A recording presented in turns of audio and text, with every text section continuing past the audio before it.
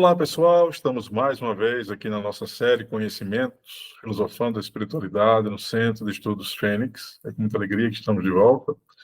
E hoje nós vamos falar sobre a consciência e o homem em evolução, ou o homem em um estado evolutivo. Pode ser também falado dessa maneira, né?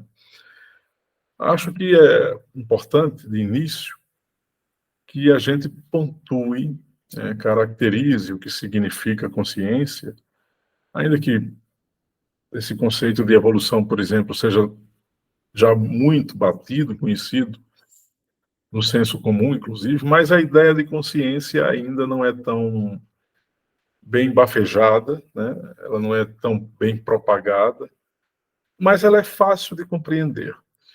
Se a gente quiser efetivamente entender o que significa consciência, a gente precisa entender que esse processo tem a ver com o nosso modo de perceber a realidade, a nossa estrutura psíquica percebendo a realidade, nos seus conteúdos internos, ou seja, naquilo que a gente mesmo produz em termos de pensamento, de sentimento, de atitude, de comportamento, e o tipo de relação que se estabelece com a nossa forma de ver a realidade com o mundo externo. Então, consciência tem a ver com esse processo de dualidade entre um eu subjetivo e um eu objetivo, ou de um eu subjetivo com o mundo externo. Mas aqui é também importante que se faça menção ao aspecto de que esse mundo externo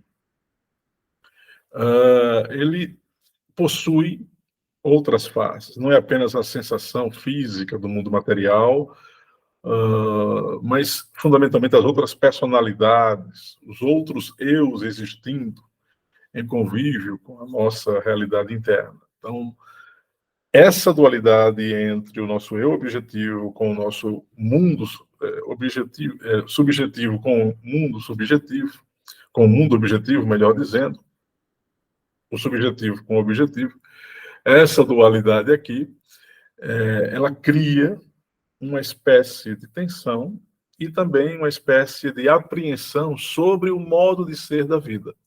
Então, ter consciência sobre algo é ter noção sobre os parâmetros daquilo que se vive. Quando se diz que alguém é muito consciente, ali deseja-se falar que essa pessoa é muito clara e perceptiva no tipo de relação que ela cria com os seus próprios conteúdos internos e com a realidade mais externa, né? Então, esse conceito aqui a gente já começa a dar uma espécie de acabamento, de melhor compreensão, ou pelo menos na minha perspectiva, óbvio. Já o conceito que envolve o homem em evolução, né, o estado daquele que evolui, a gente vai procurar agora dissecar o máximo, porque ainda que seja mais facilmente conhecido isso, né, ou perceptível isso, já há algumas, na minha modesta análise, algumas distorções, né? Como a gente poderia caracterizar o homem no processo evolutivo, né? Basicamente, o homem em um processo evolutivo, em estado evolutivo ou em evolução, ele apresenta uma diferença, ele apresenta uma distonia, uma desidentificação daquilo que ele vive no mundo, porque ele não mais se encaixa nos parâmetros convencionais da realidade, culturalmente falando, ideologicamente, espiritualmente, enfim, ele não tem, politicamente, ele não tem mais uma gavetinha específica que o caracterize. Portanto, o homem em estado evolutivo, ele se desidentifica da realidade. Ao mesmo tempo, as pessoas também começam a estranhar o comportamento desse homem em estado evolutivo. E aqui a gente tem que falar de uma tipologia de seres humanos para tentar entender um tipo de ser humano que foge às caracterizações mais usuais. Temos 3 tipos de seres humanos na Terra, pelo menos a leitura que eu faço. O ser humano que se baseia nas puras sensações do corpo biológico, né? É o homem instintivo, que se baseia a vida, o que baseia a sua existência no usufruto das sensações, e quando a gente diz isso, não está colocando nenhum juízo de valor, Apenas está se referindo que esse homem instintivo, ele não alça voo para o nível da racionalidade, nem das emoções mais superiores. Ele procura se fixar apenas na sobrevivência, na gratificação dos sentidos, né? Na formulação de uma vida excessivamente prazerosa. E aqui um pequeno parêntese, o prazer não é o problema reside na intensidade do uso desse prazer ou dessa emoção mais primal, né, mais primária. Então temos o homem instintivo. Segunda tipologia que eu classifico seria o homem intelectual, mas que já usa as emoções para algo mais refinado, né? E aqui eu estou fazendo menção ao aspecto de ser o homem intelectual e não necessariamente o homem racional, entende? Porque o homem intelectual, ele absorve conhecimentos, informações, memoriza dados, tem um conhecimento teórico absurdo sobre as coisas, mas falta-lhe o bom senso para poder gerir o próprio aspecto emocional e a própria existência. Então, o homem intelectual é aquele que se diminui apenas num diletantismo, numa vida de elucubrações mentais, de teorias em cima de teorias. É o cara que não sabe viver na vida de forma adequada, mas apenas se fixa no aspecto intelectual. A sua inteligência, que seria de fato fora do comum, mas ele não aplica a inteligência para si mesmo. Ele é meio que uma espécie de fantasma de si mesmo, ou um criador de ilusões para si mesmo. E o terceiro tipo de ser humano seria esse homem em estado de evolução que usa a racionalidade, ou seja, seria um homem racional intuitivo, que, além de aplicar o intelecto como o homem intelectual, ele, de forma mais intensa, ele usa esse intelecto por meio da compreensão.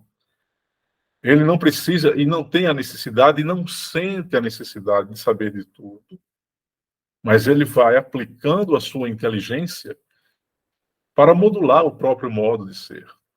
Então ele usa do bom senso e da intuição. Ele silencia.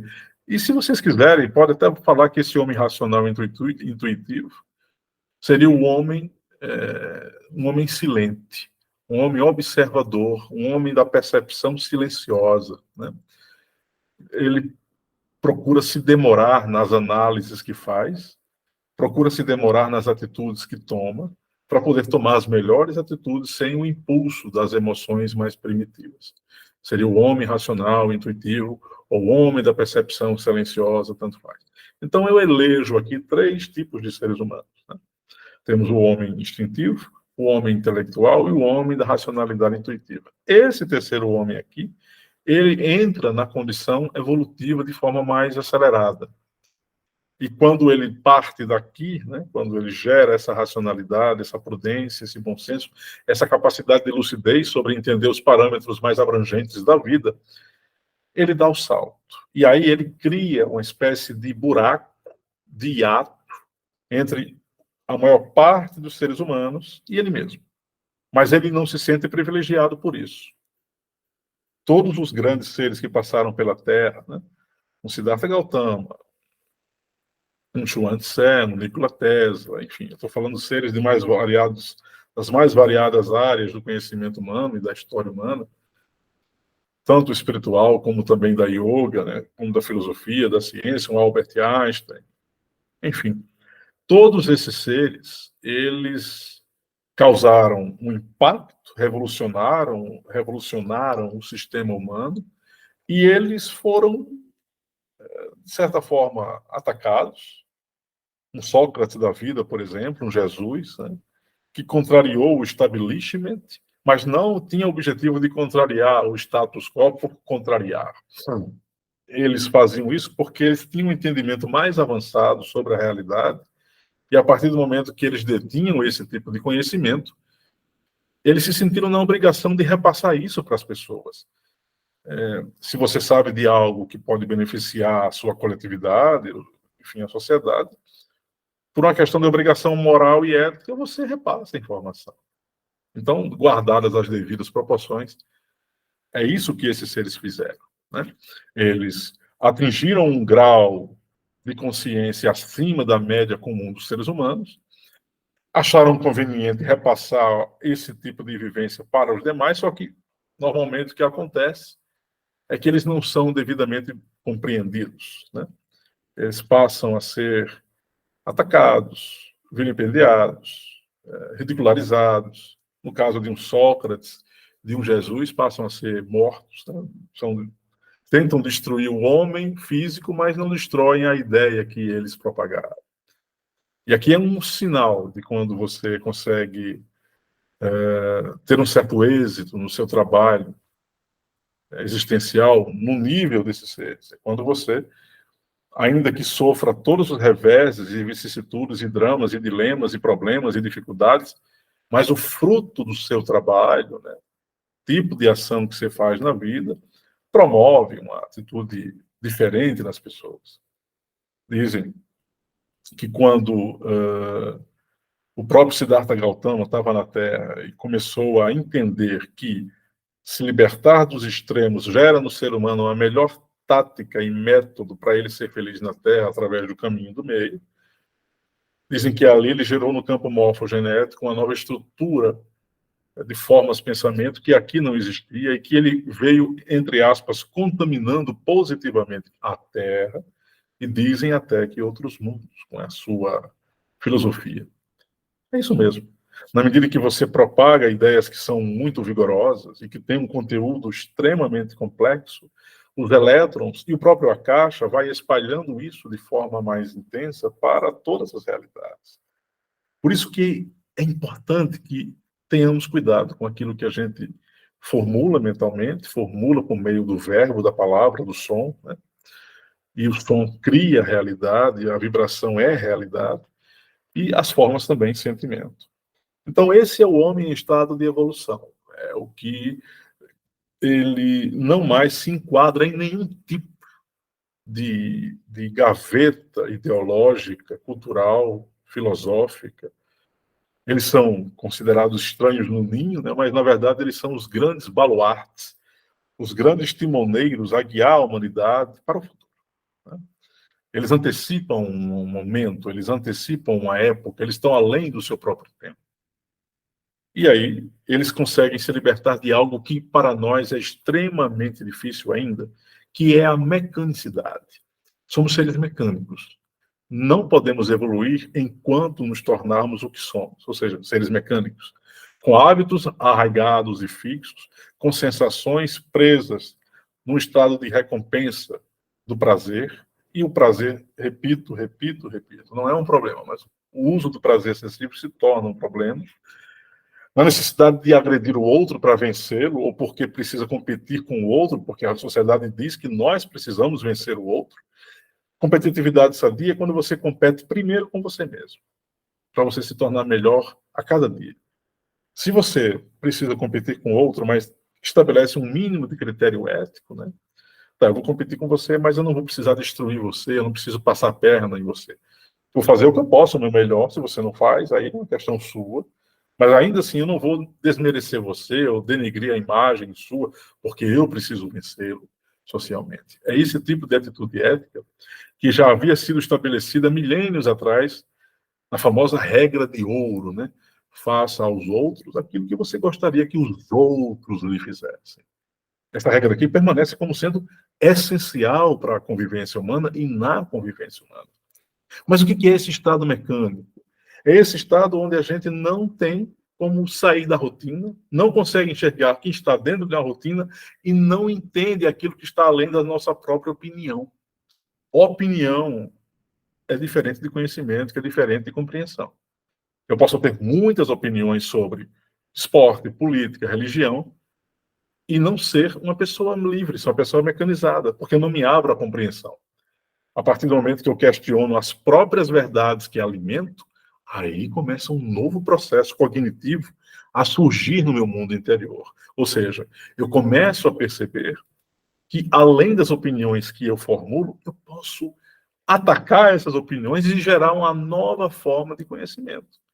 E isso a filosofia faz muito bem, porque ela problematiza as coisas no sentido de gerar provocações, ideações, reflexões, questionamentos. Um filósofo, ele não tem todas as respostas, mas ele pode formular todas as perguntas.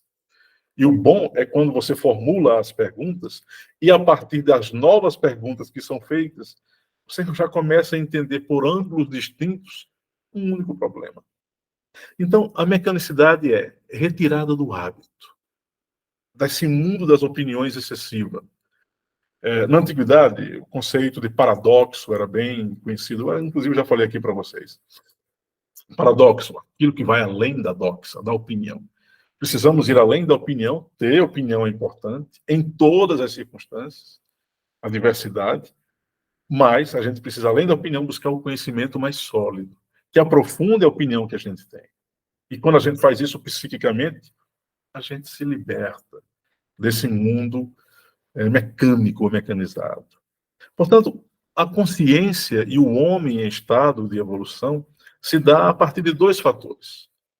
Percepção das próprias coisas que a gente cria mentalmente, psiquicamente, relação consciente com o mundo externo e saída do estado mecânico, principalmente das opiniões e hábitos rotineiramente estabelecidos.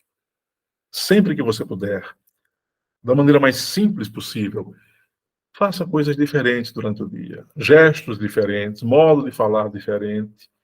Formule um pensamento novo, se você puder, durante a semana, que você nunca pensou. Gere um caminho diferente neuronal, no ponto de vista da formulação das ideias.